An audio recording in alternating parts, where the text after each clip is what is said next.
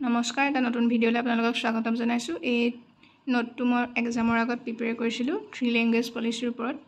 আখৰ অলপ বেয়া হৈছে, গতিকে আপোনালোকে বুজি নাপাবও পাৰে। মই পঢ়ি দিবলৈ চেষ্টা কৰিম। আশা কৰোঁ এই নোটটোৱে আপোনালোকক অলপ হ'লেও সহায় কৰিব। ভাৰতীয় শিক্ষা ব্যৱস্থাৰ এক গুৰুত্বপূৰ্ণ অংশ হৈছে ত্ৰিভাষা সূত্ৰ। ইয়াৰ উদ্দেশ্য হৈছে দেশত ভাষিক সম্প্ৰীতি, ৰাষ্ট্ৰীয় একতা বা সংহতি আৰু সাংস্কৃতিক ৰক্ষণাবেক্ষণ। বিশেষকৈ ভাৰতবৰ্ষৰ দৰে এখন বহুভাষিক দেশত সকলো ভাষাৰ প্ৰতি সন্মান আৰু ৰাষ্ট্ৰীয় একতা অক্ষুণ্ণ ৰখা। প্ৰথমবাৰৰ বাবে NPE national policy on education 1968ত ইয়াক গ্ৰহণ কৰা হৈছে। ইয়াক ৰিকমেণ্ড কৰিছিলে কঠাৰী কমিশ্যনে 1964 পৰা 1966ৰ ভিতৰত। আৰু বৰ্তমান NEP 2022 ইয়াৰ বিষয়ে উল্লেখ কৰা হৈছে। ইয়াৰ কি ফিচাৰ্ছ, মূল বৈশিষ্ট্য হৈছে এই ত্ৰিভাষিক সূত্ৰৰ অধীনত ছাত্ৰ-ছাত্ৰীসকলে 3টা ভাষা অধ্যয়ন কৰিব। প্ৰথমটো হৈছে মাতৃভাষা নতুবা আঞ্চলিক ভাষা, দ্বিতীয়টো হৈছে হিন্দী নতুবা যিকোনো মডাৰ্ণ ইণ্ডিয়ান লেংগুৱেজ, আধুনিক ভাৰতীয় ভাষা, আৰু 3 নম্বৰটো ভাষা হৈছে ইংলিছ, L1, L2, L3। এই ইংলিছটো ধৰি লওক 2 নম্বৰ পজিশ্যনতো আহিব পাৰে। কেনেধৰণে হ'ব, ধৰি লওক এতিয়া আমি জন্ম হৈছোঁ অসমত, গতিকে আমি আমাৰ বিদ্যালয় শিক্ষা গ্ৰহণ কৰিছোঁ আমি আমাৰ মাতৃভাষাত, আৰু যিহেতু অসমীয়াটো আমাৰ অসমৰ এটা আঞ্চলিক ভাষাও হয়।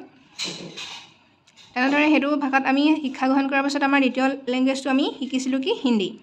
এতিয়া যিবিলাক ৰাজ্য হিন্দী ভাষা মানে তেওঁলোকৰ এটা মাতৃভাষা বা আঞ্চলিক ভাষাত তেওঁলোকে শিক্ষা গ্ৰহণ কৰে, তেতিয়া তেওঁলোকে বেলেগ এটা আধুনিক ভাৰতীয় ভাষা শিকিব পাৰে বা তেওঁলোকে ইংলিছটো শিকিব পাৰে। আৰু 3 নম্বৰ যদি তেওঁলোকে ইংলিছটো ছেকেণ্ড লেংগুৱেজ হিচাপে শিকে, তেতিয়াহ'লে তেওঁলোকে বেলেগ এটা থাৰ্ড লেংগুৱেজ হিচাপে হিন্দী বা বেলেগ এটা ভাষাও শিকিব পাৰে। বুজি পাইছে কথাটো?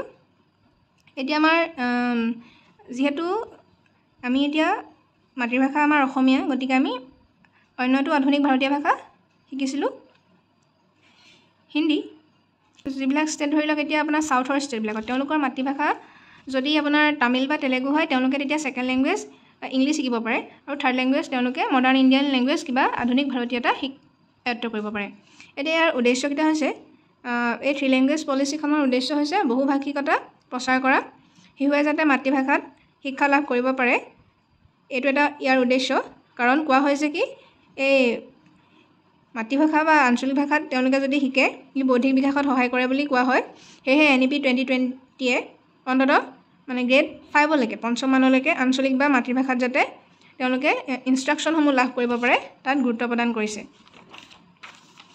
আৰু এটা হৈছে ভাৰতবৰ্ষতে হওক বা আন্তঃৰাষ্ট্ৰীয় পৰ্যায়তে হওক যাতে শিশুসকলে এটা লিংক লেংগুৱেজ আয়ত্ব কৰিব পাৰে, মানে বা সংযোগী ভাষা হিচাপে আয়ত্ব কৰিব পাৰে।